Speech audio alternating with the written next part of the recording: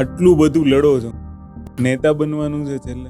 Finally goal એવો નથી ને કે જે સરકારને કાપો છો એ જ સરકારમાં જઈને બેસવાનો પ્લાન તો નથી.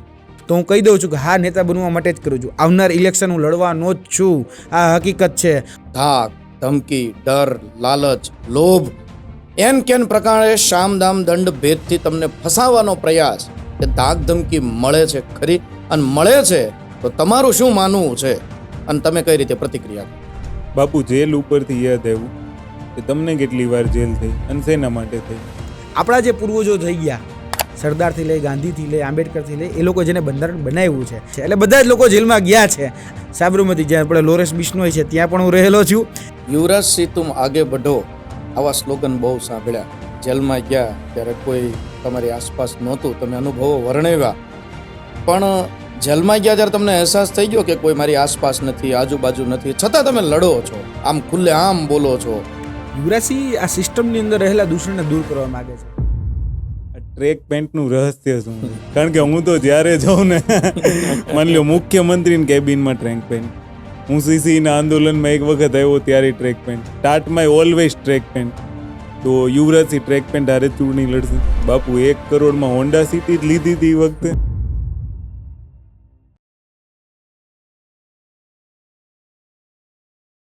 નમસ્કાર મિત્રો, તો યુવરાજસિંહ સાથે પાર્ટ 2 ને જબરજસ્ત રીતે એની અજાણી વાતોને જાણતા પહેલા એક વખત અવશ્યથી યુવરાજસિંહની સંઘર્ષ ગાથા, જે એના બાળપણથી માંડીને ગાંધીનગર સુધીની યાત્રા જોડાયેલી અજાણી વાતોને એક વખત અચૂકથી જોઈને પછી આપણે પાર્ટ 2 નિહાળીએ.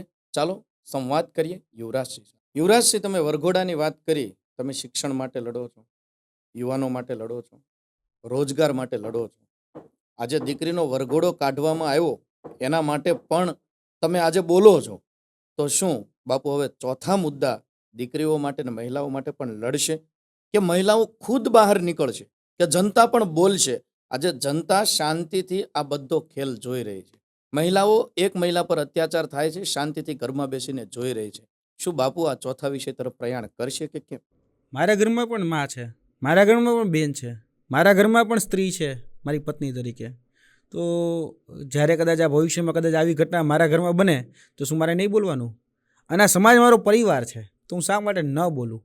અને બોલવું જ જોઈએ. ગુજરાતના દરેક યુવાને બોલવું જોઈએ, દરેક સ્ત્રીએ બોલવું જોઈએ, દરેક વડીલે બોલવું જોઈએ કે ભાઈ આજે જે ઘટના બની રહી છે, જે ખોટું થઈ રહ્યું છે, એમાં બધાએ બોલવું જોઈએ.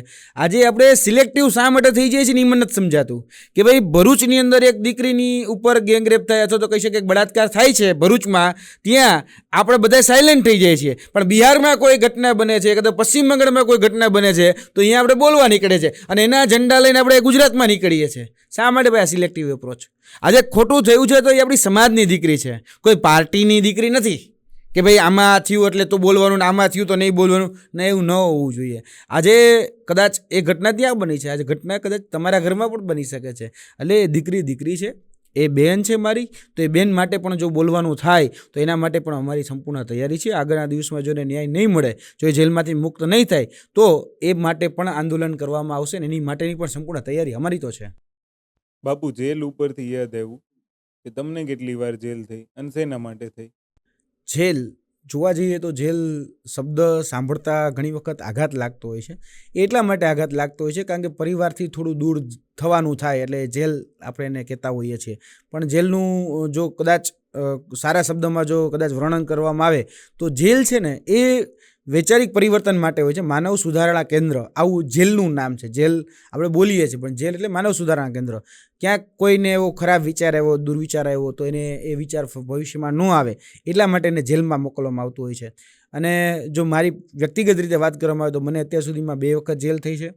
એક તમને યાદ હોય તો આજથી 2 વર્ષ પહેલાં ગાંધીનગરની અંદર એક વિદ્યા સહાયક ઉમેદવારોનું આંદોલન ચાલી રહ્યું હતું ગાંધીનગરમાં સચિવાલય ગેટ નંબર 4. અને એ આંદોલનમાં એક વિદ્યાર્થીની એટલે કે એક દીકરી એને બેભાન થઈ ગઈ. અને બેભાન થયેલી દીકરીને હું જે હોસ્પિટલ કહી શકે હોસ્પિટલે ફોન કરી અને જે એમ્બ્યુલન્સ હતી એની સાથે હું અહીંયા પોલીસ સ્ટેશને પહોંચ્યો હતો અને એ દીકરીને લઈ અને પછી જ્યારે હું જઈ રહ્યો હતો ત્યારે એક પોલીસ કહી શકાય કે પોલીસ અમલદાર દ્વારા મને રોકવામાં આવ્યો અને પછી ત્યાં થોડી ઘણી બોલાચાલી થઈ. પછી મેં ગાડી રિવર્સ લઈને મને જવાનું કીધું એટલે હું નીકળી ગયો. તો એમાં એક વ્યક્તિ ગાડી ઉપર આવીને ચડે છે તો એમાં મારી પર 307 થઈ ગયા, કારણ કે ગાડી ઉપર ચડવું અને ગાડી ચડાવી દેવી એ અલગ વિષય હોય છે. પણ મને મારું એવું પ્રસ્થાપિત કરવામાં આવ્યું અથવા તો એવું દેખાડવામાં આવ્યું કે યુવરાજસિંહે પોલીસ ઉપર ગાડી ચડાવી દીધી. મેં કોઈ પર ગાડી ચડાવી નહોતી, એ વ્યક્તિ ગાડી ઉપર આવીને ચડ્યા હતા, કારણ કે મારા જ ગાડીનો કેમેરાનો ઉપયોગ કરી અને મારી જ ઉપર આરોપ લગાડવામાં આવ્યા હતા. એક એ પ્રકારે મારી પર એફઆઈઆર થયેલી છે અને એક એફઆઈઆર થયેલી છે ભાવનગર ખાતે, જ્યારે જે તે સમયે ગુજરાતના સ્પર્ધાત્મક પરીક્ષામાં ડમી કાંડ ચાલતું હતું. મોટાભાગના લોકો જે છે એ વિદ્યાર્થીઓ એટલે કે જે હોશિયાર વિદ્યાર્થીઓ ઠોઠ વિદ્યાર્થીઓની પરીક્ષા આપે એ પ્રકારનું જે કાંડ ચાલતું હતું એ કાંડ ઉજાગર કરવા ગયો ત્યારે મારી ઉપર એ જ વ્યક્તિઓ દ્વારા એક આરોપ લગાડવામાં આવ્યો તોડકાંડનો કે ભાઈ યુવરાજસિંહ 1 કરોડ રૂપિયા લઈ લીધા અને 1 કરોડનો આરોપ નાખ્યો અને એ જે કહી શકાય આરોપ નાખ્યો એને કારણે મારે 84 દિવસની જેલ એ ભાવનગરમાં આ 2 એફઆઈઆર થયેલી છે. 2 વખત મને જેલ થયેલી છે. સાબરમતી જ્યાં આપણે લોરેન્સ બિશ્નોઈ છે ત્યાં પણ હું રહેલો છું અને ભાવનગર જે દિવસ છે ભાવનગર બાપુ 1 કરોડમાં હોન્ડા સિટી જ લીધી હતી એ વખતે. એટલે 1 કરોડમાંથી હોન્ડા સિટી કરતાં જે 1 કરોડ રૂપિયા જે છે એ અત્યારે કહેવા જઈએ તો પોલીસ કસ્ટડીમાં જ છે, જે ઊભા કરેલા જે પણ જે હોય તે, કારણ કે ન્યાયતંત્ર એની ઉપર આગળ વાત કરશે અથવા તો ન્યાયતંત્રમાંથી એમાં ફેસલો આવશે. પણ જેલની વાત આવી છે એટલે હું વાત એક ઉમેરી દઉં કે જેલમાં જનારા બધા જ આરોપીઓ કે અપરાધીઓ નથી હોતા. ક્યાંક કોઈક સિસ્ટમની સામે જે લડતો વ્યક્તિ છે એ સિસ્ટમને જ્યારે આઈનો દેખાડે અથવા તો અરીસો દેખાડે ત્યારે પણ એને જેલમાં જવાનો વારો આવે એ હકીકત છે. બધા જ ક્રાંતિકારીઓ જેલમાં ગયા છે. જ્યારે રૂલિંગ ગવર્મેન્ટ પાર્ટી જ્યારે અંગ્રેજો હતા અને અંગ્રેજોને પણ જ્યારે અરીસો દેખાડો ત્યારે ગાંધીજી પણ જેલમાં ગયા છે, ભગતસિંહ પણ ગયા છે, સરદાર પણ ગયા છે, નહેરુ પણ ગયા છે, આંબેડકર પણ ગયા છે. એટલે બધા જ લોકો જેલમાં ગયા છે, આ હકીકત છે. એટલે સરકારને જે તે રૂલિંગ સરકાર હોય એને તમે અરીસો બતાડો એટલે ગમતું નથી હોતું. અને જેલ જ્યારે બધા જેમ લોકો કહેતા હોય ને કે બહાર કાંઈ પણ તમે લડાઈ લડતા હોય તમારી સાથે જે અવાજ ઊભા રહેતા જે આભાસી ટૂંકમાં દેખેતી રીતે તમારી સાથે હોય એવું તમને કહેતા હોય કે યુવરાજસિંહ તું આગે બઢો હમ તુમારે સાથે, જ્યારે વાસ્તવિકતામાં જ્યારે કંઈની જરૂર પડે છે ને ત્યારે લોકો સાથે નથી હોતા. જેલ એ સંબંધોનો માપદંડ છે. તમારી સાથે કોણ, તમારી સામે કોણ, એ જેલ તમને દેખાડતું હોય છે. અને એ જેલ તમને કહેતું હોય છે કે ભાઈ આજે જે લોકો તમારી સાથે હોવાનો જે દેખાવ કે દંભ કરી રહ્યા છે એ ખરેખર તમારી સાથે છે કે કેમ એ તમે જેલમાં જાઓ ત્યારે ખબર પડે. ત્યારે પછી જે મીડિયા ટ્રાયલ ચાલતું હોય એની જે વાતો હાલતી હોય અને જે પણ આ દ્રષ્ટિમાં મૂકવામાં આવતું હોય, પીરસવામાં આવતું હોય એને જ જો તમે બધું સાચું સમજી લ્યો તો પછી જે જેલ આખી જે છે જે પરિભાષા એ બદલાઈ જતી હોય છે અને વ્યક્તિનો કહી શકાય આપણે જે જોવાનો નજરિયો હોય એ પણ બદલાઈ જતો હોય છે. પણ મને ઘણું બધું જેલે શીખવાડ્યું છે. જેલે મારી અંદર અનુશાસન લાવ્યું છે. જેલે હું જે ટાઈમ ટેબલમાં નહોતો એ ટાઈમ ટેબલ પણ મને લાવ્યું છે. જેલમાં એવા સમયગાળા હોય કે સવારે 6 વાગે ઉઠી જ જાઉં, બપોરે જે બંદી થઈ જાવ એટલે કે બંધ થઈ જવું, પાછું એક જે રૂમ જે હોય એમાં પાછું અંદર આવતું રહેવું.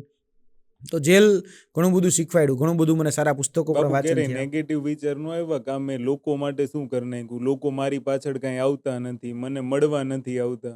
અને જનરલી એક સવાલ મારી પૂછવો છે કે જે વિદ્યાર્થીઓ તમારી પાસે બહુ આશા રાખતા હતા, હજી હું જોઉં છું કે વારંવાર કાંઈ પણ નાનું મોટું થાય ને એટલે તમારી પાસે આવે, પણ એ સમયે તમને એક વારે એવું ન થયું કે સાલું મારી પાછળ કોઈ ન થાય એવું જેલમાં, મારે નથી લડવું? કારણ કે માણસને કેવું હોય ખબર છે કે પર્સનલી તો બધા પડે ઊભા થાય, પડે ઊભા થાય, પણ બીજાના માટે પડવું ને પછી ઊભા થવું ને એ સામાન્ય વ્યક્તિનું કામ નથી, મારું પર્સનલ માનવું છે. લડવા માટે છે ને વૈચારિક સ્પષ્ટતાની પેલી જરૂર પડતી હોય છે. કોના માટે લડીએ છીએ એ પણ જરૂરી છે. એ લોકો તમારી સાથે છે કે નથી એ પણ જરૂરી છે. બીજું, એ સાથે હોય તો તમારી વાત જે હોય એમાં વજન પડતું હોય છે એ પણ હકીકત છે. પણ જ્યારે હું આ લડાઈના ફિલ્ડમાં આવ્યો છું, જ્યારે આંદોલનકારી તરીકે અથવા તો કહી શકાય મુદ્દાને લઈને જ્યારે મેં લડત લડવાની શરૂ કરી ત્યારે મેં મુદ્દાને માન આપ્યું છે. મુદ્દો શું છે? મુદ્દામાં એવું છે ખરેખર અન્યાય થાય છે, ખરેખર ખોટું છે તો આપણે લડવું જોઈએ, તો બોલવું જોઈએ. ભલે મારી સાથે ઊભો રહેનાર કોઈ પણ ન હોય તો પણ મારે લડવું જોઈએ. અને એ વાત ધ્યાનમાં રાખી અને મેં લડવાની શરૂઆત કરેલી છે. એટલે ઘણી વખત એવું દુઃખ થાય, એમાં નથી એવું નથી કે નથી થતું. જ્યારે જે તે બાબતે અમે લડતા હોય તો હમણાં તમને એક મહિના પહેલાંનો જ ઇન્સિડન્ટ કહું કે અમદાવાદ મ્યુનિસિપલ કોર્પોરેશનનું એક પેપર હતું જુનિયર ક્લાર્ક તરીકેનું, અને એમાં મને 12:30 થી 1:30નો સમયગાળો હતો પેપરનો. તો મને 1 વાગ્યાની આજુબાજુમાં કોલ આવ્યો. હું મારા ઘરે હતો દહેગામ, અને ગાંધીનગરના મારા ઘરે હતો. તો મને કોલ આવ્યો કે ભાઈ આ રીતે પરીક્ષામાં સાહેબ અમારી સાથે ચેડા થયા છે, અમારી સાથે ખોટું થયું છે, કે ભાઈ અમારા જે ખરેખર પેપર અમને OMR સીટ મળવી જોઈએ એ OMR સીટ નથી મળી, બીજાની OMR સીટ અમને આપી દીધી છે. આ પ્રકારની ઘટના બની. એટલે મેં કીધું તો આ તો ખોટું થયું. કીધું તો મેં કીધું આ જવું જોઈએ મારે. એટલે હું સીધો જ મારું ઘરેથી બધું મૂકી અને સીધો જ સરખેજ પાસેની એક શાળા હતી એ શાળા સુધી પહોંચી ગયો. 1 કલાકમાં હું ત્યાં પહોંચી ગયો. પછી જેના માટે લડવાનું હતું તો એ સ્કૂલની અંદર લગભગ 350 વિદ્યાર્થીઓ ત્યારે ત્યાં હતા, અને એ 350 વિદ્યાર્થીઓ સાથે મેં વાત કરી કે ભાઈ ના, આમાં ખરેખર સરકારે ખરેખર વિચારવું જોઈએ કે આ વિદ્યાર્થીઓને ફરીથી પેપર લેવા જોઈએ, અથવા તો આ વિદ્યાર્થીઓને તમે ફરીથી ટાઈમ આપો જેથી કરીને આ પરીક્ષા આપી શકે. આ 2 વાત અમે ત્યાં મૂકી, અને જેના માટે લડવાનું હતું એ 350 વિદ્યાર્થીઓ ત્યારે જે તે સમયે હું અહીંયા હાજર ગયો એમાંથી જોવા જઈએ તો 150-200 વિદ્યાર્થીઓ ત્યારે હાજર હતા. કલાક થઈ, 2 કલાક થઈ, એ 350 વિદ્યાર્થીઓમાંથી છેલ્લે 2 કલાક પછી 35 જ વધ્યા. પાછી 3 કલાક થઈ એટલે એમાંથી 35માંથી 15 જ વધ્યા. પછી છેલ્લી 1 કલાક 6 થઈ એટલે અમે 3 જણા વધ્યા, એટલે કે વિદ્યાર્થીઓ 3, પણ અમારી ગ્રુપ એટલે કે અમે જે ટીમ સાથે હતા એમાંથી 15 જણા. એટલે મેં કીધું ભાઈ આમાં જેને ન્યાય લેવાનો છે એ જ 3 જણા છે, બાકીને તો કોઈ જાય. બીજા દિવસે મેં એવું કીધું કે ભાઈ આપણે અમદાવાદ મ્યુનિસિપલ કોર્પોરેશનના જે કમિશનર છે એ કમિશનરને જઈને વાત કરવી જોઈએ, અને એક્ઝામિનેશન કન્ડક્ટ કરતી સંસ્થા ગુજરાત યુનિવર્સિટી છે. તો ગુજરાત યુનિવર્સિટીને કહેવું જોઈએ કે ભાઈ તમારી ડિસ્ટ્રીબ્યુશન સિસ્ટમમાં ફોલ્ટ હોવાને કારણે, કારણ કે એક સેન્ટરના પેપર હતા એ બીજા સેન્ટરમાં, અને બીજા સેન્ટરના પેપર હતા એ બીજા સેન્ટરમાં, એ રીતે જતા રહ્યા હતા. તો ખરેખર તો ડિસ્ટ્રીબ્યુશન સિસ્ટમમાં ભૂલ હતી. તો એનો ભોગ વિદ્યાર્થી શા માટે બને? આટલું ક્લિયર કટ હતું બધું કે આજે તમારી OMR મને મળી જાય, મારી OMR તમને મળે, તો તમે તમારી OMR ફિલઅપ કરો ક્યારે? ન જ કરો. કારણ કે ઉત્તરવાહી હવે તમે મારી OMR ફિલઅપ કરશો ક્યારે? ન થઈ શકે. કારણ કે તમે વિચારો કે ભાઈ આ OMR આખી ચેન્જ થઈ ગઈ અને પ્રશ્નપત્ર ચેન્જ થઈ ગયું, તો મારે કઈ રીતે ફિલઅપ કરવી? બાપુ, તમને એવું નથી લાગતું કે વિદ્યાર્થીને ભોગ બનવું જ છે સામે ચાલીને? તમે શું કામ એમની માટે લડો? એવું ક્યારેય તમને નહીં થતું? કારણ કે જો હું જ્યાં સુધી આ ફિલ્ડમાં આવ્યો ને ત્યાં સુધીનો હું મારો એક્સપિરિયન્સ કહું ને તો CBRT પદ્ધતિમાં છબરડા, નોર્મલાઇઝેશનમાં છબરડા. હમણાં તમે કહો છો એમ OMR ચેન્જ થઈ ગઈ, પેપરના લોટ્સ ઓફ પ્રશ્નો સાચા હોવા છતાંય ખોટું પાડી દેવું એમ, અને છતાંય વિદ્યાર્થી કંઈ બોલતો નથી. પણ હું એમ કહું છું કે યુવરાજસિંહ શું કામ બોલે છે? યુવરાજસિંહ આ સિસ્ટમની અંદર રહેલા દૂષણને દૂર કરવા માગે છે. કાલ સવારે કદાચ આ સિસ્ટમ જે છે અત્યારે, એ સિસ્ટમનો ભોગ મારો બાળક કે મારો ભાઈ કે મારો દીકરો કે દીકરી ન બને એટલા માટે લડવાનું જરૂરી છે.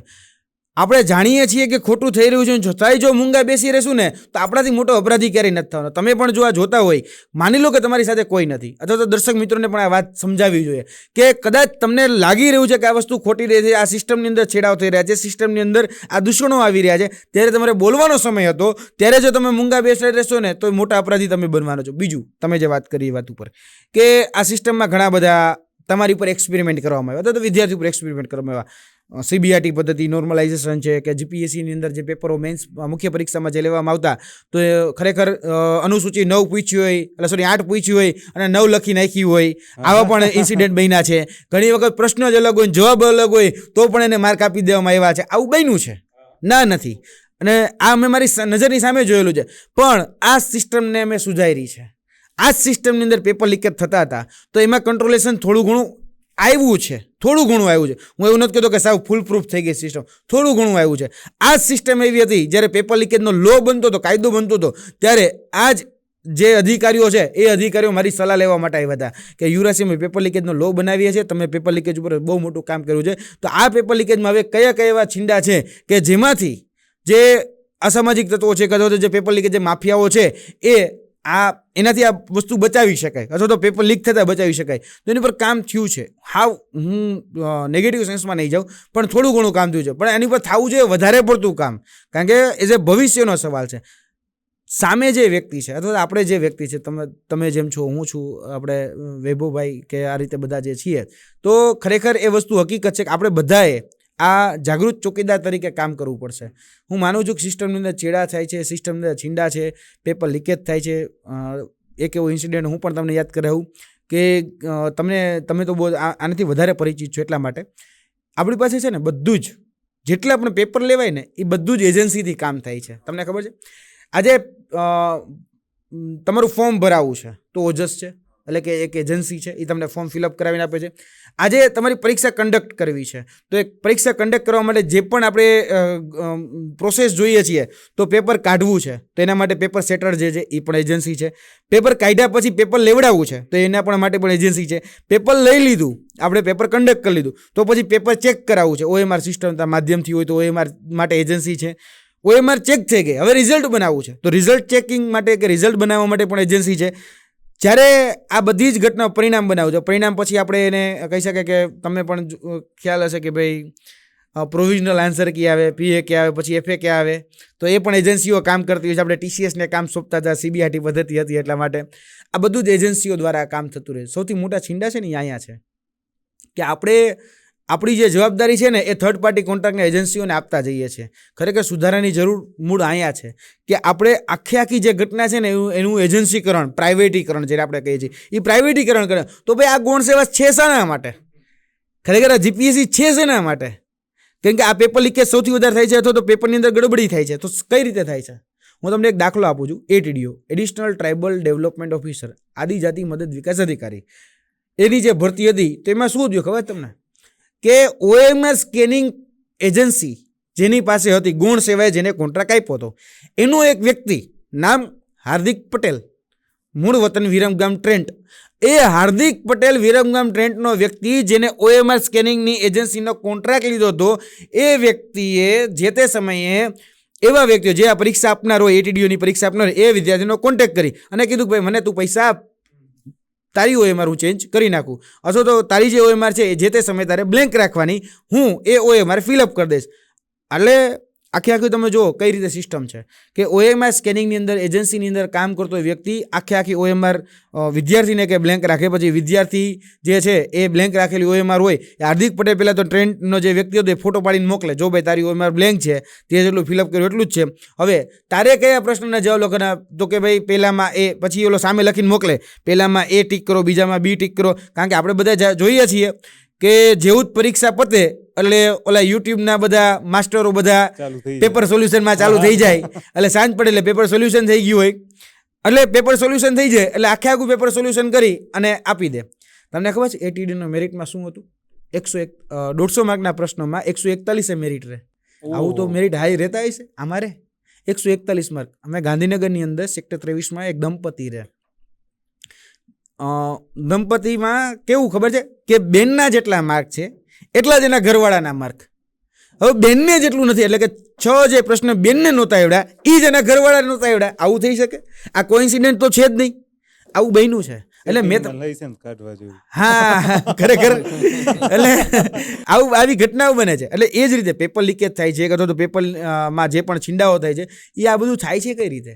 એ આ બધી સિસ્ટમો જે સેટ થઈ છે ને એ સિસ્ટમની અંદર છીંડા છે, એટલે લડવું જરૂરી છે. કારણ કે સિસ્ટમ સુધરશે તો જ ઇન ફ્યુચર આપણા જે બાળકનું ભવિષ્ય, હવે કદાચ આપણું ભવિષ્ય તો કદાચ આપણે હવે પરીક્ષા આપતા નથી તમે આપતા કે નથી હું આપતો કે નથી ભાઈ આપતા, તો હવે આ પરીક્ષાની જે પદ્ધતિ, જે પ્રક્રિયા જે છે, જો આ જ પ્રકારે રહેશે તો આ છીંડા યથાવત રહેવાના છે અને એ જ પ્રકારે કોઈક મળતિયા છે, કોઈક લાગવકિયા છે એ લાગી જવાના છે. એટલે આ સુધરવું બહુ જરૂરી છે. બાપુ, લોકોને બધી બાબત સામે લડવું છે, પણ લોકો આવે પણ છે, ઘણી બધી વખત સાહસ પણ કરે, પણ આપણે જોયું હશે આંદોલનોમાં દૂર 2-3 જણા હોય, પછી ભેગા થાય, પછી એક ડબ્બો આવે, ડબ્બામાંથી એક ભાઈ ઉતરીને એવું બોલશે કે હું તમારા ઉપર FIR કરી દઈશ અને તમને આગળની પરીક્ષા આપવા નહીં મળે. એટલે લોકોનું મોરલ ડાઉન થઈ જાય. અને બીજો મારો પ્રશ્ન એવો છે કે જેલમાં તમને કોઈ ટિફિન દેવા તો નથી આવ્યું, મારી જાણ છે ત્યાં સુધી, પણ શું માની લો કોઈ આવ્યા હોત તો એને પૂરી દેત? પહેલાં તો છે ને આપણે લેક ઓફ નોલેજ જે અહીંયા છે એ ખાસ કરીને ધ્યાનમાં રાખવું જોઈએ. કારણ કે આપણે કાયદાની ભાષામાં અથવા તો બંધારણીય ભાષામાં બંને જગ્યાએ જોઈએ તો ક્યાંય પણ જગ્યાએ આપણે પોતાના હકની વાત કરી કે અધિકારની વાત કરી કે ન્યાયની વાત કરવી એ ગુનો નથી. એ વાત બધાને યાદ રહેવી જોઈએ. આપણે ગાંધીનગરમાં ભેગા થયા છીએ, પોલીસનો ડબ્બો આવે છે અને કોઈ તમને ધાક ધમકી આપે છે કે તમારી ઉપર FIR કરી દઈશ, તો શું એનાથી FIR થઈ જવાની છે? ના, નથી થઈ જવાની. સામાન્ય નાગરિકે આ વાત સમજવાની જોઈએ, વિદ્યાર્થીઓ પણ સમજવાની જોઈએ. આજે તમે બંધારણ વાંચો છો, આજે મૂળભૂત અધિકારો, મૂળભૂત ફરજો તમે વાંચો છો, તો આર્ટિકલ 19 પણ વાંચો છો, વાણી સ્વતંત્રતા કે પોતાના હક અધિકાર માટે કે સમાનતાના અધિકાર માટે તમે તમારો અવાજ ઉઠાવી શકો. આ બંધારણને સ્વતંત્રતા આપી છે. આ કોઈ રાજનેતાઓએ સ્વતંત્ર આજે બંધારણ નથી આપ્યું. આપણા જે પૂર્વજો થઈ ગયા સરદારથી લઈ, ગાંધીથી લઈ, આંબેડકરથી લઈ, એ લોકો જેને બંધારણ બનાવ્યું છે, આ બંધારણ એટલા માટે તો છે કે તમે તમારા હક અધિકારની વાત કરી શકો, એટલા માટે તો બંધારણ છે. તો આ બંધારણને આપણે ખરેખર જો વાંચ્યું હોય, સમજવું હોય તો એને એપ્લાય કરવાનો સમય તો એ જ છે કે કોઈ ગમે એટલી ધાક ધમકી આપે, તમે આજે આંદોલન કરવા માટે આવ્યા છો અથવા તમે તમારા હકની વાત કરવા માટે આવ્યા છો અને કોઈ તમને એમ કહે છે કે ડબ્બામાં પૂરી દે, તો પૂછો ને ભાઈ શા માટે ભાઈ, એવું તમે શું ગુનો કરે? કોઈ મેં જાહેર મિલકત છે એને કંઈ નુકસાન પહોંચાડ્યું, હું આજે મારી વાત રાખવા માટે આવ્યો છું તો મારો રાઇટ છે, આજ મારો અધિકાર છે કે ભાઈ કોઈ પણ જગ્યાએ ખોટું થતું તો હું બોલી શકું. અને અંગ્રેજો બોલવા દેતા હતા, તો અંગ્રેજો કરતાં તો આ જરાક વધારે ક્રૂર થયા. બાપુ, મોટા ભાગની એકેડમી બધી ગાંધીનગરમાં છે, બરોબર? બધા યુટ્યુબ ઉપર જોરશોરથી બોલશે કે અમે આમ કરીશું ને અમે તેમ કરીશું. જ્યારે ગ્રાઉન્ડ ઉપર વાત આવે તો એને લોકો જોડે ઊભું રહેવું જોઈએ કે ન ઊભું રહેવું જોઈએ? જો આમાં છે ને અત્યારના જે તમે સંસ્થાનોની વાત કરો છો ને, એ તમામ પ્રકારના સંસ્થાનો, એટલે કે જે પણ એજ્યુકેશનના જે સંસ્થાનો છે એમાં હવે કોઈ એમ કહેતું હોય કે ટીચર છે, તો હું એ વાત સાથે સંપૂર્ણ રીતે અસહમત છું. તે નોટ આર એ ટીચર. કેમ કે એ પીપીટી રીડર છે. એ પીપીટી રીડર અત્યારે ટીચર બની અને ચીટર બની ગયા છે યુવાનોના ભવિષ્યના. આ હકીકત છે. કારણ કે એ પીપીટી રીડર જે છે એને ખાલી ત્યાં લખ્યું શું છે એ વાંચી જ જવાનું છે, એને બીજા ત્રીજા સાથે કોઈ લેવા દેવા જ નથી, એને કન્સેપ્ટ ક્લિયર પોતાનો જ નથી. એ બાળકોને શું કન્સેપ્ટ ક્લિયર કરવાના? જે વ્યક્તિ પોતાના જીવનમાં વર્ગ 3ની પરીક્ષા પાસ ન હોય, ગાંધીનગરની અંદર એવા સંસ્થાનો છે કે જે જીપીએસસી પાસ કેમ કરવી કે યુપીએસસી પાસ કેમ કરવી એનું જ્ઞાન બાંટતા ફરે છે. એટલે જ્ઞાનનો વેપલો કરનારા આ લોકો છે. એટલે તમે મહેરબાની કરીને કે અથવા તો કોઈ પણ એને બહુ સારી સંસ્થાઓ છે અથવા તો વિદ્યાર્થીઓ માટે કોઈક સારું ઈચ્છે છે, જો એ તમે માનતા હોય તો એ તમારી ભૂલ છે અને આ દર્શક મિત્રોની ભૂલ છે. એ લોકો પોતાનો ધંધો કરે છે, પોતાની રોજીરોટી માટે આ કરે છે અને સાથે સાથે ક્યાંક ને ક્યાંક સરકારી નોકરી પણ કરતા હોય છે, સાથે સાથે બીજું ત્રીજું ઘણું બધું કરતા હોય છે. એને પોતાનો કોર્સ કઈ રીતે વેચાય, પોતાની એપ્લિકેશન કઈ રીતે વેચાય, અથવા તો પોતાના કોચિંગ ક્લાસમાં કઈ રીતે વિદ્યાર્થીઓ વધારે આવે ઘેટા બકરાની જેમ અને એની પાસેથી મોટી મોટી ફી કઈ રીતે લેવીને એ જ ચાલે છે. એટલે જે પણ કોચિંગ સંસ્થાનો છે એ વિદ્યાર્થીઓના હક અધિકાર કે ન્યાયની વાત આવે ને ત્યારે કોઈ વ્યક્તિ માયનો લાલ આવીને એ આંદોલનમાં ઊભો નથી રહ્યો. આટલા બધા પેપર લીકેજ થયા, મને ગુજરાતની એક એકેડમી વાળો દેખાડો કે જેને 2014માં ચીફ ઓફિસરથી લઈ અત્યારે વર્તમાનમાં 2024માં જે અમદાવાદ મ્યુનિસિપલ કોર્પોરેશનનું પેપર લીક થયું ત્યાં સુધીના કોઈ પણ પેપર લીકેજમાં આવીને એવું લઈને ઊભો રહ્યો હોય કે વિદ્યાર્થીઓના હક અધિકાર માટે ઊભો રહ્યો હોય, નહીં ઊભો રહ્યો હોય. પણ જ્યારે એનું માર્કેટિંગ કરવાનું હોય, જ્યારે પબ્લિસિટી કરવાની હોય, કદો તો કેમ લાગે કે ના હવે માહોલ બની ગયો છે, ત્યારે આવી અને બસ ખાલી દેખાડો કરીને જતું રહેવું, તો હું એને વિદ્યાર્થીઓનો હિતે જ છું નથી માનતો અથવા તો વિદ્યાર્થીઓના શુભચિંતક નથી માનતો. એ ફક્ત ને ફક્ત પોતાનો માર્કેટિંગ કરવા માટે અથવા તો પોતાનો બિઝનેસ બચાવવા માટે ત્યાં આવતા હોય છે અને આ હકીકત છે. વિદ્યાર્થીઓ કેદી સમજશે મને નથી ખબર, બાકી આ જે જ્ઞાનનો વેપલો કરનારા જે લોકો છે એ જ્ઞાનનો વેપાર જ કરે છે, બીજું કશું જ નથી કરતા. યુવરાજસિંહ તુમ આગે બઢો આવા સ્લોગન બહુ સાંભળ્યા. જેલમાં ગયા ત્યારે કોઈ તમારી આસપાસ નહોતું, તમે અનુભવો વર્ણવ્યા, પણ જેલમાં ગયા ત્યારે તમને અહેસાસ થઈ ગયો કે કોઈ મારી આસપાસ નથી, આજુબાજુ નથી, છતાં તમે લડો છો, આમ ખુલ્લે આમ બોલો છો અને અઠવાડિયું મહિનો થયો કે કૌભાંડની પત્રિકા લઈને તમે પ્રેસ કોન્ફરન્સમાં આવો છો મીડિયા સામે, તમને આટલા મોટા માથાઓ સામે લડો છો, આ સરકારની સામે બાથ ભીડો છો, સામા પાણીએ લડો છો, ધાક ધમકી, ડર, લાલચ, લોભ એન કેન પ્રકારે શામદામ દંડ ભેદથી તમને ફસાવાનો પ્રયાસ કે ધાક ધમકી મળે છે ખરી, અને મળે છે તો તમારું શું માનવું છે અને તમે કઈ રીતે પ્રતિક્રિયા કરો? જેલ છે ને એ જેલ મેં નજીકથી જોઈ લીધી છે. પહેલાં તો એવો ડર આવતો હોય છે, નાનપણથી એવો ડર મૂકી દેવામાં આવતો હોય છે કે હુઈ જા નહીતર બાવો આવી જશે, હુઈ જા નહીતર પોલીસ જેલમાં પૂરી દેશે. આ પ્રકારનું કહેવાનું એ અહીંયા રોડ ઉપર ન જવાય, અહીંયા પોલીસની ગાડી નીકળશે. આ નાનપણથી આ પ્રકારનું સંસ્કારોનું સિંચન થતું હોય છે. પણ ખરેખર એ ડર ઊભો કરવા માટેનું આ હોય છે. એ ડરને મેં નજીકથી અનુભવી લીધો છે. ખરેખર એવું કશું જ નથી. જેલ હું નો ડાઉટ એ માનું છું કે સંબંધોનો માપદંડ છે. જેલ એ સંબંધોની પારાશીશી છે કે તમારી સામે કોણ, તમારી સાથે કોણ. એ જેલ કહેતું હોય છે કે યુવરાજસિંહ તુમ આગે બઢો હમ તુમારી સાથે, પણ જેલમાં જ્યારે ટિફિન દેવાનો વાર આવે ત્યારે આપણે હગાવાલા સિવાય બીજું કોઈ આવતું નથી. આ હકીકત છે. જ્યારે એની સામે લડવાનું છે, જ્યારે એ ઉપર પણ એ જ છે અને નીચે પણ એ જ છે અને એની સામે બાત ભીડવાની છે, ત્યારે ધાક ધમકી, લોભ, લાલચ અને પ્રલોભન આ બધું જ આવે. બિન સચિવાલયનું આંદોલન કર્યું ત્યારે પણ ધાક ધમકી આપી બાપાને પપ્પાને કે તમારા દીકરાને સમજાવી દેજો નહીંતર મજા નહીં આવે. આવું મારા પપ્પાને કહેવામાં આવ્યું હતું 4 ડિસેમ્બર 2019ની રાતે કે પાછો વાળી દેજો પછી જોવા જેવી થશે. બરાબર. પછી જરાક બાપા પણ ટણીવાળા હતા એટલે કહી દીધું તો ભાઈ તારા થાય કરી લેજે અને તું અત્યારે મારા ઉંમરે ઊભો છો, જો વધારે હારા વાઇટ કદાચ અહીંથી નીકળી જાય ને તો વધારે હારા વાઇટ નહીં રહે, બાકી ઉંમરો ક્રોસ નહીં કરી શકે. કારણ કે અમે તો ક્ષત્રિય જેમ થોડીક તલવારો ને બધું ઘરે રાખતા કે આ હજાવવા માટે દેખાડવા માટે નથી રાખી, પાછો ઉપયોગ પણ કરતા જાણીએ છીએ. એટલે પછી એ પ્રકારની વાત પણ ક્યારેક મૂકી છે. લોભ, લાલચ અને પ્રલોભન આ ત્રણેયની જો વાત કરવામાં આવે તો મને બિન સચિવાલયની પરીક્ષા પછી એક પેપર માં ગેરરીતિ ટૂંકમાં મારી સામે આવી હતી અને પ્રેસ કોન્ફરન્સના માધ્યમથી મેં એ વસ્તુ ઉજાગર પણ કરી હતી.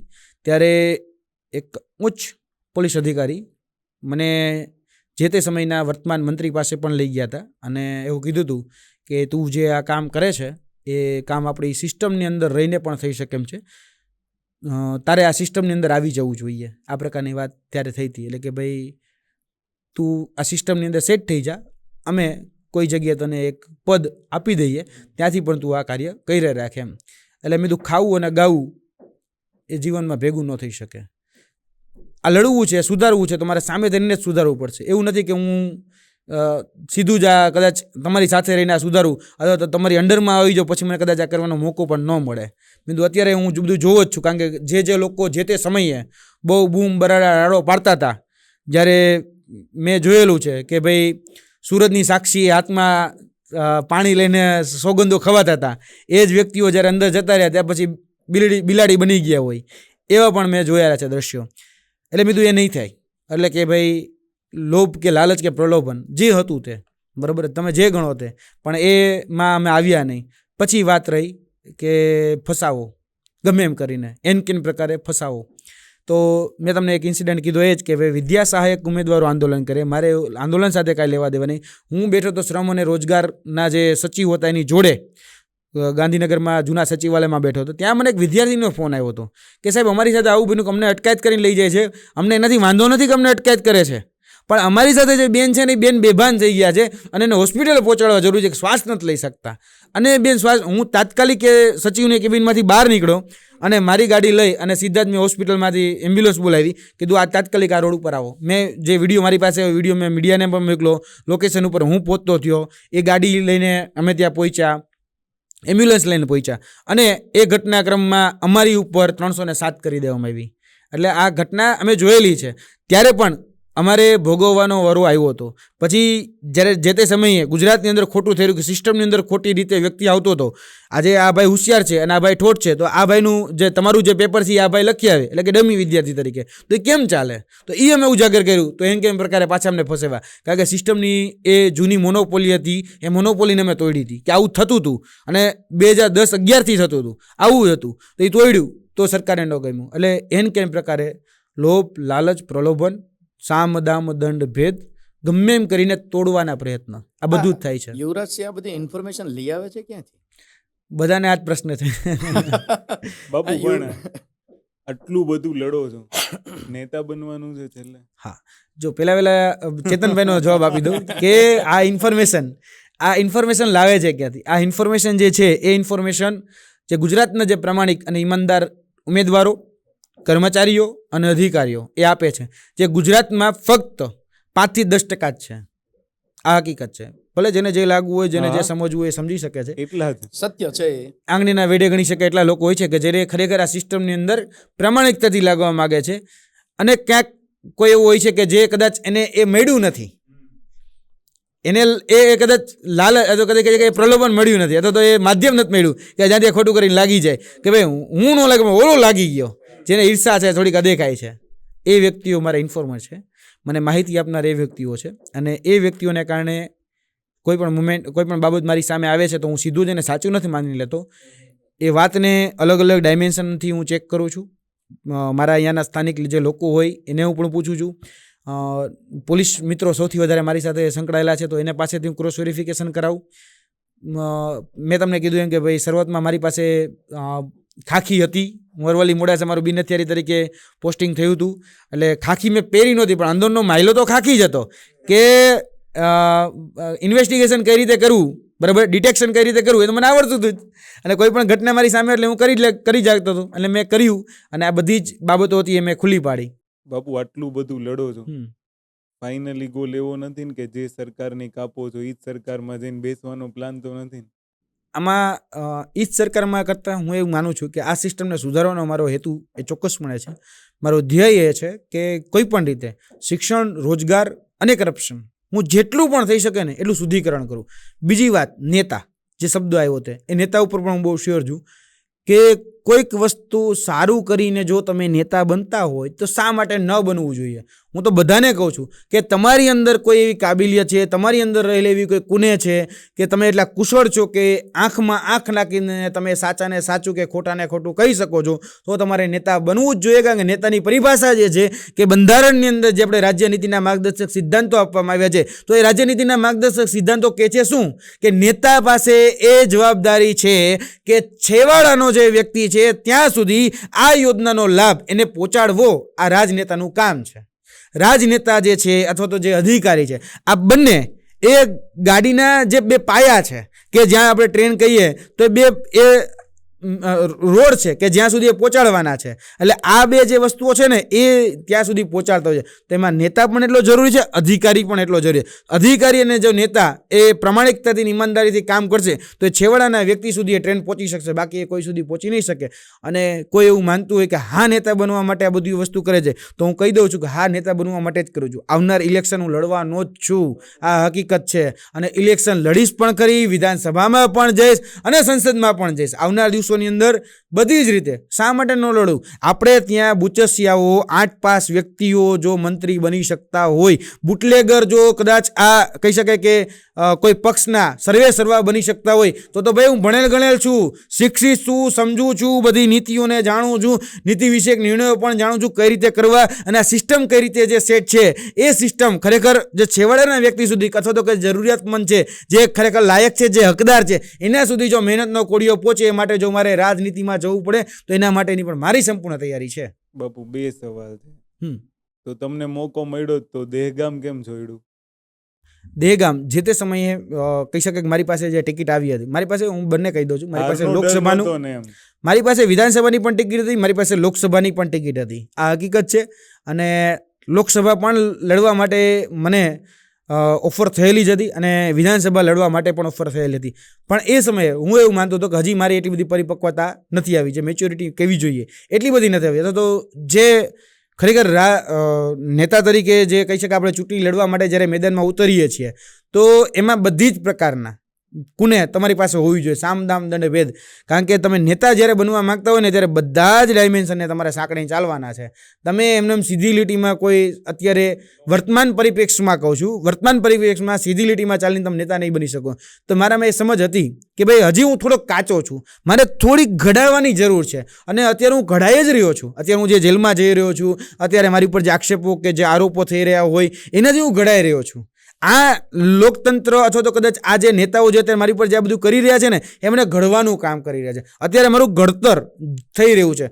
આગળના દિવસોમાં એ ચોક્કસપણે કહું છું એ ચણતર તરફ આગળ વધવાનું છે. બાપુ પણ આમ આદમી પાર્ટીમાંથી ને જ લડશું? આવનાર દિવસે નક્કી કરશે. અને આવનાર દિવસોમાં અમે જે પણ આ સિસ્ટમ શુદ્ધ કરવા માટે જે પણ મને સાથ સહકાર આપે એને સાથે હું રહી અને લડવા માટે તૈયાર છું. અમારામાં તો જેટલા ટચમાં અમે 1-2 નેતાઓના સંપર્કમાં હતા, તો એ લોકો હમણાં સત્તા પક્ષ જોઈન કર્યો. તો મેં એવું પૂછ્યું, મેં કીધું કેમ સત્તા પક્ષમાં અચાનક પરિવર્તન?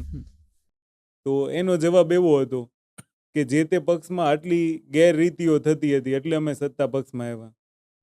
તો શું ખરેખર તમને એવું નહીં થાય ને પછી કે ભાઈ તો અત્યારથી જ ગેરરીતિ ઓળખી લેજો એમ? ના, એવું નથી. આમાં એવું છે કે તમારો પર્પઝ જે પણ હોય તે એ ક્લિયર કટ હોવો જોઈએ. તમે શા માટે રાજનીતિમાં આવવા માંગો છો, રાજનીતિમાં આવવાનો તમારો ઉદ્દેશ્ય, ધ્યેય શું છે? મારું હું તમને સ્પષ્ટ કહીને જાઉં છું કે આ સિસ્ટમની અંદર રહેલા જે દૂષણો છે, ખાસ કરીને રોજગારના છે, શિક્ષણના છે અને ભ્રષ્ટાચારના છે, આ દૂષણોને દૂર કરવા છે. આ દૂષણોને દૂર કરવા માટે હું સામા પક્ષે પણ લડી અને આ દૂષણો દૂર કરી શકું એટલે સક્ષમ છું? તો કે હા, હું સક્ષમ છું. એટલે સામા પક્ષે લડીને પણ મારી પાસે જેટલી કુને છે, મારી પાસે જેટલી કાબિલિયત છે, જે ત્રેવડ છે, જેને જે તે સમયે કોઈ કાયદો બનતો હશે વિધાનસભાની અંદર, જે તે સમયે કોઈ નીતિ નિયમ બનતા હશે, નીતિ વિષયક નિર્ણયો લેવાતા હશે, ત્યારે મારી અનુમતિ એમાં કહી શકાય કે મહત્વની સાબિત થશે. એ હકીકત છે.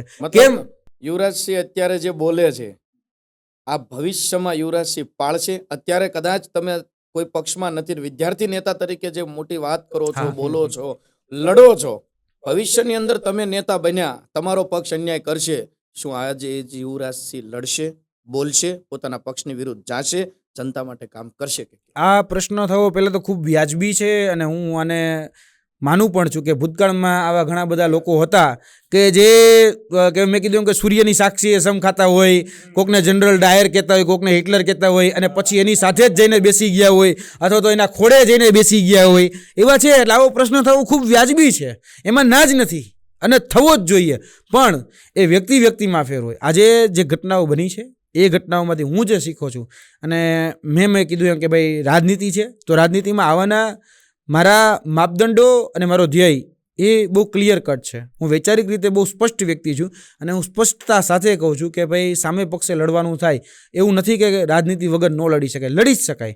પણ ક્યારેક એ બાબતોમાં તમારે ભીડની પણ જરૂર પડતી હોય, એ બાબતોમાં તમારે ટેકેદારની પણ જરૂર પડતી હોય. એ બાબતોમાં એટલે કે જ્યારે લડવાનું થાય ત્યારે નીતિ વિષયક નિર્ણય હોય કે કોઈ પણ નિર્ણય હોય, એ બંધારણીય છૂટછાટના નિયમો હોય તો ત્યારે પણ લડવા માટે તમારી પાસે, કારણ કે આ દેશ તમે પણ જાણો છો અને હું પણ જાણું છું, સાહેબ પણ જાણે છે કે બહુમત શાહીનો દેશ છે.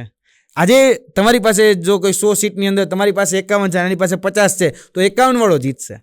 આ બહુમત શાહીનો દેશ છે. એટલા માટે તમારે હવે ઇન ફ્યુચર જ્યારે પણ તમારે કોઈ તમારી અંદર રહેલા જે વિચારો છે જે એપ્લાય કરવાના થાય ત્યારે એ હોવું જરૂરી છે. પણ હું એવું અત્યારે તો સ્પષ્ટપણે માનું છું કે ભૂતકાળમાંથી બોધપાઠ લેવો મારે પણ જોઈએ અને બોધપાઠ લઈને હું ચાલીશ. બાપુ, એક અંતિમ સવાલ. જી. આ ટ્રેક પેન્ટનું રહસ્ય શું છે? કારણ કે હું તો જ્યારે જાઉં ને, માની લો મુખ્યમંત્રીની કેબિનમાં ટ્રેક પેન્ટ, હું સીસીના આંદોલનમાં એક વખત આવ્યો ત્યારે ટ્રેક પેન્ટ, ટાટમાં ઓલવેઝ ટ્રેક પેન્ટ. તો યુવરાજસિંહ ટ્રેક પેન્ટ હારે ચૂંટણી લડશે? એમાં એવું છે કે આ કમ્ફર્ટેબલ છે અત્યારે આ જે વસ્તુ થઈ રહી છે ને, કારણ કે હું પર્સનાલિટી માનવા વાળો છું. ભાઈ કાંઈક તો પર્સનાલિટી હોવી જોઈએ ને. કારણ કે કોઈ નેતાને, માની લો તમે એમ કહો છો કે હું એજ્યુકેટેડ છું, તો આજે લોકોના મનમાં કેવી માનસિકતા છે ખબર? કે એજ્યુકેટેડ એટલે ખીચામાં પેન હોય, ફોર્મલ કપડાં પહેર્યા હોય, ફોર્મલ શૂઝ પહેર્યા હોય, વાળ વ્યવસ્થિત પહેર્યા હોય. પણ બાપુને હું કેટલાય ટાઈમથી જોઉં છું કે આ ટ્રેક પેન્ટમાં છે હું એમ. આમાં એવું છે કે તમે જે વાત કરી એ વાત સાથે હું પણ સહમત છું. શિક્ષિત છું. મારી ડાયરી હું ડેઈલી અપડેટ કરું છું. ડેઈલી મારા આગળના દિવસોના જે પણ કાર્યક્રમ હોય એ કાર્યક્રમોનો મારો ટાઈમ ટેબલ ફિક્સ હોય છે. હું એમાંથી જોઈને, કારણ કે મારો રોડમેપ જ એ છે, એટલે ડાયરી મારી સાથે રાખું છું, નોટપેન મારી સાથે રાખું છું, એ પ્રમાણે જ હું ચાલું છું. બીજી વાત કે મારે કમ્ફર્ટેબલ રહેવાનું છે. ક્યારે કઈ સિચ્યુએશન આવી જાય, ક્યારે કઈ પોલીસની ગાડી ઘરે આવી જાય અને એમ કહે કે ભાઈ હાલો લઈ જવાના છે, તમારું તેડું આવ્યું છે, તો મારી અત્યાર સુધીમાં 40 વખત, અત્યાર સુધીમાં 40 વખત અટકાયત થઈ છે. અને એ 40 વખત થયેલી અટકાયતમાં ગમે ત્યારે ગમે એ ગાડી ઘરે આવી જાય અને કોક એમ કે ભાઈ આપણે ફલાણા મંત્રીને મળવા જવાનું છે, તો કીધું હાલો આપણે એને મળવું છે ને, આપણે સામેથી ચાલતા હોય, આપણે સામેથી કોઈને મળવા માગતા તો એ ટિકિટ્સ જે આપણે કહેતા હોય એ જાળવવી જોઈએ. પણ એ વ્યક્તિ જ મળવા માગે છે, એ વ્યક્તિ જો મળવા માગતો હોય તો ભાઈ આપણે આપણા જે પણ કહી શકાય કે આપણે જે સ્થિતિમાં છે એ સ્થિતિમાં જવામાં શું વાંધો છે. એટલે હું મુખ્યમંત્રીને મળવા માટે પણ ટ્રેક પેન્ટમાં જ ગયો છું, એટલે કે જે લોવર છે એમાં જ ગયો છું. ગૃહમંત્રીને પણ મળવા માટે આ જ ટ્રેક પેન્ટમાં ગયેલો છું. અને ભવિષ્યના જે વર્તમાન જે આપણા શિક્ષણ મંત્રી છે કે વર્તમાન જે આપણા મુખ્યમંત્રી છે એને મળવા માટે પણ હું ટ્રેક પેન્ટમાં ગયો છું. એ કે ભૂતકાળમાં તો કહી શકાય કે આપણા મુખ્યમંત્રી વિજયભાઈ રૂપાણી હતા, બિન સચિવાલયનું આંદોલન પૂર્ણ થયું ત્યારે પણ હું એને મળવા ગયો હતો. ત્યારે પણ એ ઘટનાક્રમ હતો, ત્યારે પણ અમે તો ટ્રેક પેન્ટમાં જ ગયા છે. એટલે મેં કીધું કમ્ફર્ટેબલ છીએ. આમાં કાલ સવારે કદાચ તમે માની લો કે આંદોલન કરવાનું છે તો એટલે આંદોલન તો રોડ ઉપર જ થાય અને આંદોલન રોડ ઉપર થાય. હવે અહીંયા ટ્રેક પેન્ટ હોય, હવે કેટલી કલાક બેસવાનું કંઈ નક્કી નથી. તમે CBRTમાં આવ્યા હતા, ફોરેસ્ટનું CBRTનું આંદોલન ચાલતું હતું, અમે 3 દિવસ રોડ ઉપર બેઠા. એટલે 3 દિવસ રોડ ઉપર બેઠા ત્યારે CBRT રદ થઈ છે. CBRT એમને રદ નથી થઈ, કોઈ એમ કહેતું હોય કે સીબીઆરટી હાઈસ નીકળી ગઈ, તો સીબીઆરટી રદ કરવા માટે ફોરેસ્ટના ઉમેદવારો સાથે અમે બેસીને આંદોલન ધરણા પ્રદર્શન કર્યા છે. એ રામકથા મેદાનમાં અમે ઉમેદવારો સાથે 3 દિવસ ત્યાં રાત રોકાણા છીએ જ્યારે આ સીબીઆરટી રદ થઈ છે. એટલે લડાયક ભૂમિકામાં લડવા માટે ઓલો કેમ ને બખ્તર પહેરી લેવા, અત્યારે ઓલું ગીત પણ ચાલે છે, સમય સંજોગે બખ્તર પહેરી લેવા પડે. પણ મારે વિદ્યાર્થી મિત્રોને કહ્યું, સમય સંજોગે પુસ્તક હાથમાં લઈ લેજો, સમય સંજોગે બખ્તર પહેરવાની જરૂર નથી, હવે જમાનો જતો રહ્યો છે. સમય સંજોગે જો તમારી હાથમાં બુક હશે તો એ પરિવર્તન લાવી શકશો. બખ્તર બાપુ પહેર લે છે. બખ્તર બાપુ પહેર લે છે. હાજી, ભોજનમાં એવું તે કયું શાક લ્યો છો તમે થાકતા જ નથી? હું કોઈ પ્રકારનું ટોનિક નથી લેતો અને કોઈ પ્રકારનું એવું શાક પણ નથી. જ્યારે જે વસ્તુ મળે છે, કારણ કે મહિનાના 30 દિવસ 31 દિવસ હોય છે, હું 24 થી 25 દિવસ બહાર રહેનારો વ્યક્તિ છું. સતત ટ્રાવેલિંગમાં રહું છું, સતત બહાર જમવાનું થાય છે. એટલે સાદું ભોજન જ્યાં મળે એ લઈ લેવાનું.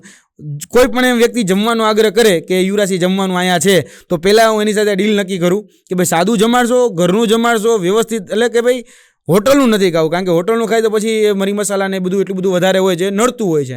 એટલે કોઈ પ્રકારનું ટોનિક હું લેતો નથી. જે કહું છું એક સાદું જે સાત્વિક ભોજન જેને આપણે કહીએ, એ સાત્વિક ભોજનથી ચાલે છે ગાડું, અને હું એનાથી ચલાવવા માગું છું. દરેક મિત્રોને કહું કે તમે તમારી લાઈફસ્ટાઈલ જે અત્યારે થોડું ઘણું શરીરમાં મધ્યપ્રદેશનો જે ભાગ વધ્યો છે, ન વધવો જોઈએ, આ હકીકત છે. પણ લાઈફસ્ટાઈલ એવી થઈ ગઈ છે કે સતત બહાર રહેવાનું, સતત યુવાનો માટે, સતત જે પીડિતો છે, વંચિતો છે, શોષિતો છે, ત્યાં જઈને ઊભું રહેવાનું. કારણ કે આંદોલન ખાલી ગાંધીનગરમાં ચાલે છે એવું નથી, બધે ચાલે. આજે સૌરાષ્ટ્રમાં પણ આંદોલન ચાલે, સુરતમાં પણ ચાલે, આજે આદિવાસી વિસ્તાર છે તો ત્યાં પણ આંદોલન ચાલે, કચ્છ યુનિવર્સિટીમાં આંદોલન ચાલે છે, અમારા કચ્છના શિક્ષકો અત્યારે આંદોલન કરી રહ્યા છે, તો ત્યાં જઈને પણ ઊભું રહેવું. ઉત્તર ગુજરાત વડે આંદોલન કરે ત્યાં જઈને ઊભું રહેવાનું છે. એટલે બધી જગ્યાએ ઊભું રહેવું પડે છે. પણ આ પેટ્રોલ ને પગાર આવે છે ક્યાંથી? હવે આ પેટ્રોલ અને પગાર જે છે એ કહી શકે કે મારા પાસેથી જ આવે છે. એટલે કે જે પણ નાના મોટા યુટ્યુબના પૈસા આવે છે, ફેસબુકના જે પૈસા આવે છે, તેની સાથે સાથે જે અન્ય મારા જે નાની મોટી પુસ્તક લખવાની મને ટેવ છે, જે તે સમયે અમે સ્પર્ધાત્મક પરીક્ષાની તૈયારી કરતા, એટલે હું પુસ્તક લખતો, ઉમેદવારોને કામ લાગે એવી. પાર્ટી આપે છે કઈ? ના, પાર્ટી તો કશું કાંઈ નહીં આવતી, મને તો નથી આવતી, બીજા બધાને નથી આવતી. પાર્ટી કદાચ ફંડિંગ કરતી હોય ને તમે આટલું બધું ટ્રાવેલિંગ પાર્ટી સાથે એટલો ગાઢ રીતે જોડાયેલો જ નથી. મેં પાર્ટીનો ખેસ પહેરતો નથી. એમને યુવરાજસિંહ આટલું બધું ટ્રાવેલિંગ કરે છે, આટલા બધું ગાડીનું પેટ્રોલ ડીઝલ તો સમજ્યા, ઘર ચલાવવું, ટ્રાવેલિંગ કરવું, સંઘર્ષ કરવો, તો આ બધું ઘર ચાલે કઈ રીતે? ઘણા લોકોને કદાચ એ વસ્તુ કઈ વાત ખ્યાલ નહીં હોય કે મારા ધર્મપત્ની જે છે એ શિક્ષક છે, અને આજે પણ એ ગાંધીનગરની અંદર એ શિક્ષકની ભૂમિકા ભજવે છે. અને શિક્ષક તરીકેનો જે પગાર આવે છે તેની સાથે સાથે બાપ દાદા જે થોડી ઘણી જમીનો છોડીને ગયા છે, એ જમીનોમાંથી કહી શકાય કે જે પણ પાક વળતર ને બધું જે મળે છે એમાંથી થોડું ઘણું ચાલે છે. અને નાના મોટા ધંધા, એટલે એવા સામાન્ય ધંધા, એવો નહીં કે બુટલેગરો કે બુચે છે, એ સામાન્ય ધંધાઓમાંથી ગુજરાતમાં તો દારૂબંધી છે. હા, ગુજરાતમાં તો દારૂબંધી છે, લેવું તો કઈ ન શકે. કરોડ વ્યાજે ન થઈ પણ ના, એ તો પોલીસે પોતાની પાસે રાખ્યા છે. અત્યારે ભાવનગર કસ્ટડીમાં પૈસા તો અત્યારે જમા જ છે, એટલે એમાં તો પૈસા તો કઈ સવાલનો વાત આવતો નથી. એટલે આ જે છે મેં કીધું એ રીતે કે યુટ્યુબ આપે છે, થોડી ઘણી બાપ દાદાની જે જાયદાદો હતી, જે ઇન્કમ હતી, એ આપે છે. અને બાકી અંતિમ મેસેજ વિદ્યાર્થીઓ કંઈક આમ યુથ તરીકે દેખાય ને એવો શું આપશો? ખાસ કરીને વિદ્યાર્થીઓને એક મેસેજ એવો આપવાની જરૂરિયાત મને લાગી રહી છે. અને હું એવું સ્પષ્ટપણે માનું છું કે જે દિવસે રેલી તરફ જતી ભીડ એ શિક્ષણ તરફ વળી જશે ને, તે દિવસે એ સમાજ અને દેશ કે ગુજરાત એ કોઈ પણનો વિકાસ એ ત્યારે શક્ય અને બનશે. આ હકીકત છે. કેમ કે આપણે જે જોઈએ છીએ, શિક્ષણ એ સિંહણનું દૂધ છે. આપણે બધા બોલીએ છીએ શિક્ષણ એ સિંહણનું દૂધ છે, પીશે તો ત્રાડ નાખશે. તો મારે એ દરેક ઉમેદવાર મિત્રોને પણ કહેવાનું કે શિક્ષણ એ ખરેખર સિંહણનું દૂધ છે. આજે તમે મને જે સાંભળી રહ્યા છો એમાં જ્ઞાનરૂપી એ શિક્ષણ મારામાં આવેલું છે. અને આજે જે હું બોલી શકું છું, આજે હું લડી શકું છું, તો એટલા માટે લડી શકું છું કે આજે બંધારણ છે, આજે જે કાયદો છે, એ કાયદોને હું જાણું છું. આઈપીસી, સીઆરપીસી, એવિડન્સ ચેકને મોઢે મને યાદ છે. ભલે એ કદાચ જૂનું થઈ ગયું, પણ એ 511 કલમો આજે પણ મને મોઢે છે આઈપીસીની. એટલે મારે વિદ્યાર્થી મિત્રોને કહેવાનું કે સિર્ફ જ્ઞાની આપકો આપકા હક દિલા શકતા તક, એટલે કે જે ઓપોર્ચ્યુનિટી આપણે જે કહીએ છીએ, ઓપોર્ચ્યુનિટી બધા માટે સમાન છે. પણ જો તમે તમારો હક સિદ્ધ કરવા માંગતા હોય તો જ્ઞાન એ જરૂરી છે. અને જો તમારામાં જ્ઞાન હશે તો જ એ વસ્તુ શક્ય બનશે. એટલે શિક્ષણ તરફ જે આ જો આખી જે ભીડ છે, અથવા તો લાઇબ્રેરી તરફ જો વળી જશે ને, તો તમારા સમાજનો કે તમારા વિસ્તારનો એ વિકાસ તમે સારી રીતે કરી શકશો. જે યુવાન અત્યારે ક્યાંક ને ક્યાંક માનસિક રીતે માઇક આંગલો બની ગયો છે, એને પણ એક મારે મેસેજ આપવો છે કે ગુજરાતનો યુવાન અત્યારે પોતાના હક અધિકાર કે ન્યાય માટે એ ગ્રાઉન્ડ ઉપર નથી આવતો. આ બહુ કમનસીબી છે ગુજરાતની, કારણ કે ગુજરાતમાં રવિશંકર મહારાજ થઈ ગયા છે, ગુજરાતમાંથી ગાંધી થઈ ગયા, ગુજરાતમાંથી સરદાર થઈ ગયા, ગુજરાતમાંથી ઘણા બધા એવા નેતાઓ થઈ ગયા જેની અંદર ખરેખર બીજા માટે લડવા માટેની જીજીવિષા કે લડવા માટેનું જુનૂન જોમ હતો. એ જુનૂન જોન જુસ્સો એ અત્યારના યુવાનોમાં નથી દેખાતો. ક્યાંક ને ક્યાંક વર્તમાન જે ગુજરાતનો યુવાન જે છે માયકાંગલો થઈ ગયો છે, જે પોતાના હક અધિકાર માટે નથી લડતો. કમસે કમ તમે તમારા માટે તો લો. આજે બધાને ખ્યાલ પડે છે કે સીબીઆઈટી પદ્ધતિ ખોટી છે, પણ લડવા માટે ગ્રાઉન્ડ ઉપર કોઈ નથી આવતું. આજે બધાને ખબર પડે છે કે પેપર લીક થયું છે, પણ જ્યારે લડવાનું થાય છે ત્યારે ગ્રાઉન્ડ ઉપર કોઈ નથી આવતું. આજે જ્યારે કોઈ ઘટનાઓ બને છે, જ્યારે વિદ્યાર્થીઓ સાથે યુવાનો સાથે અન્યાય થાય, ત્યારે આપણે કહીએ છીએ કે તમારા માટે તમે લડો, તો ભાઈ મારે શું, મારું શું, બધાનું થશે, મારું થશે, હવનું થશે, આ બધી વાતો કરે છે. આ ન થવું જોઈએ. આ માનસિક રીતે માયકાંગલા છો. આજે કદાચ એ ઘટના કદાચ માની લો કે તમારી સાથે નથી બની, પણ તમારા ભાઈ બહેન સાથે તો બની છે ને, તો કમસે કમ વિદ્યાર્થી ધર્મ નિભાવો. હું બીજા એક ધર્મમાં નથી પડતો, હું હિન્દુ મુસ્લિમ એવા એક પણ ધર્મમાં નથી પડતો. હું અત્યારે જે દર્શક મિત્રો જોયેલા છે, મોટાભાગનો વર્ગ જે છે એ યુવાન છે. તો આજે યુવા વર્ગને કહેવાનું તમે તમારો યુવાનોનો ધર્મ નિભાવો. યુવાન કહેવાય કોને? ગુજરાતમાં એ યુવાન કહેવાય કે જેનામાં જોમ, જુનૂન, જુસ્સો, તડવડાટ મારતો હોય, જેનામાં સહન શક્તિ જ ન હોય, એ યુવાન કહેવાય. તો એ યુવાન આજે ક્યાં દેખાય છે? આજે દેખાતો જ નથી. પોતાના હક અધિકાર માટે નથી દેખાતો કે બીજાના હક અધિકાર માટે નથી દેખાતો. આજે આ ઘટના બને છે, કોઈ પણ બળાત્કાર થઈ જાય તો ગુજરાતના યુવાને પહેલાં બહાર નીકળવું જોઈએ. આજે ભરૂચની ઘટના થઈ તો યુવાને બહાર આવીને કહેવું જોઈએ કે ભાઈ મારી આ સમાજની દીકરી છે, કે મારી આ વિસ્તારની દીકરી છે, કે ભાઈ આપણી આ બેન દીકરી છે, એની સાથે તો આ ન જ બોલું. આ ગુજરાતની દીકરી છે. તમે પશ્ચિમ બંગાળમાં રાડું પાડો છો તો ભાઈ ગુજરાતમાં કેમ નહીં? તમે બહાર નીકળી જાઓ છો. કોઈ પણ પાર્ટી સાથે કોઈ પણ વૈચારિક રીતે તમારે એની સાથે જોડાવ હોઈ શકે છે. હું ના નથી પાડતો, વૈચારિક મતભેદ હોઈ શકે છે, પણ જ્યારે ખોટું થઈ રહ્યું છે, આજે ખોટું બધા માટે થઈ રહ્યું છે. આજે પેપર લીકેજ થઈ રહ્યું છે, તો વિચારો પેપર લીકેજ થવું એટલે શું? આજે યુવાનોએ જોયેલા સપનાઓનું તૂટવું એટલે પેપર ફૂટવું.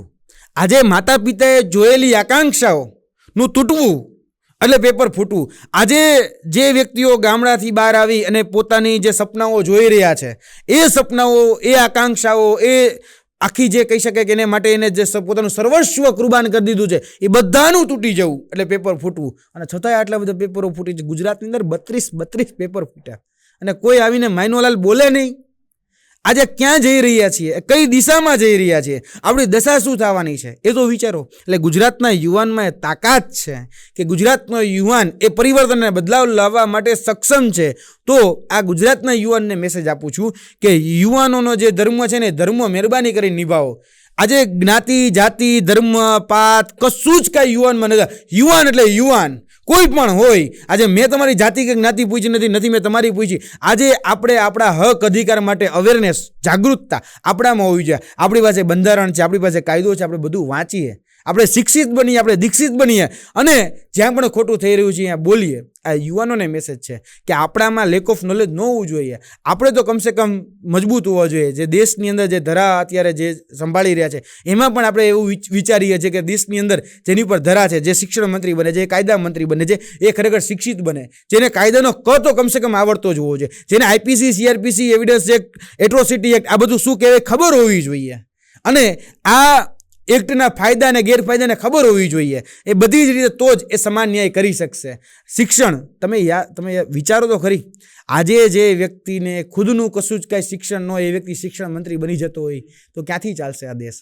એટલે જે વ્યક્તિ ખરેખર ખુદ એજ્યુકેટેડ હોય એને તમે એજ્યુકેશન મિનિસ્ટર બનાવો. જેને ખરેખર પોતાનું હેલ્થ કોન્શિયસ હોય, પોતાને કદાચ કહી શકાય કે ફિલ્મમાં એનું કામ હોય, અથવા તો એને ડૉક્ટરી કરેલી હોય, અથવા તો કદાચ કહી શકાય કે મેડિકલ લાઇનમાં ખૂબ આગળ હોય, તો એને તમે બનાવશો ને તો એની અંદર રહેલા લૂપ હોલ્સ જે પણ છે XYZ હોય, એની અંદર રહેલા જે પણ માઇનસ પોઈન્ટ કે પ્લસ પોઈન્ટ એને સમજી શકશે અને પછી એ જ્યારે પદ ઉપર આવશે ને તો એને સુધારા વધારા કરી શકશે. એટલે આ વાત એ બધાએ સમજવાની જરૂર છે.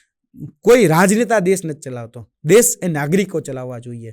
આપણે એ નાગરિક છીએ. હું ખરેખર એ દરેક મિત્રોને, નાગરિકોને કહેવા માગું છું કે ફક્ત તમે વોટર નથી, તમે યાદ રાખો તમે નાગરિક છો અને નાગરિક તરીકે તમારે તમારા મૂળભૂત અધિકારો પણ તમને ખબર હોવા જોઈએ અને મૂળભૂત ફરજ. આજે આપણે બોલીએ છીએ કે ભારત મારો દેશ છે, બધા ભારતીયો મારા ભાઈ બહેન છે. તો આજે જે પણ જગ્યાએ ખોટું થઈ રહ્યું છે, આજે કદાચ ભરૂચની દીકરી સાથે થઈ રહ્યું છે, અમરેલીની દીકરી સાથે થઈ રહ્યું છે, તો બોલો ને. તો એ તમારી ભાઈ, તમે કહો છો ને કે ભારત મારો દેશ છે ને બધા ભારતીયો મારા ભાઈ બહેન છે, તો એ દીકરી આપણી બહેન જ છે, આપણી નજીકની જ છે એના માટે બોલો. બીજા માટે બોલો છો તો અહીંયા નહીં બોલતા. અલગ અલગ માપદંડો કેમ છે? આ ન હોવું જોઈએ. આભાર યુવરાજસિંહ. અને દર્શક મિત્રોને ખાસ એક વિનંતી છે કે યુથને જાગવું પડશે. ક્યાં સુધી સ્ત્રીની ગરિમા ઉપર સવાલો ઉઠવા દઈશું, ક્યાં સુધી સ્ત્રીઓને અત્યાચારો ભોગવવા દઈશું. તો અંતમાં એટલું જ કહીશ કે જો તમારા ધ્યાનમાં કોઈ આવું વ્યક્તિત્વ હોય અને એમની સાથે તમે પોડકાસ્ટ જોવા માંગતા હોય તો નીચે આપેલા કોન્ટેક્ટ નંબર પર તમે સંપર્ક કરી શકો છો. અમે જરૂરથી એ વ્યક્તિ સાથે સંપર્ક કરીને પોડકાસ્ટનું આયોજન કરશું. જય હિન્દ.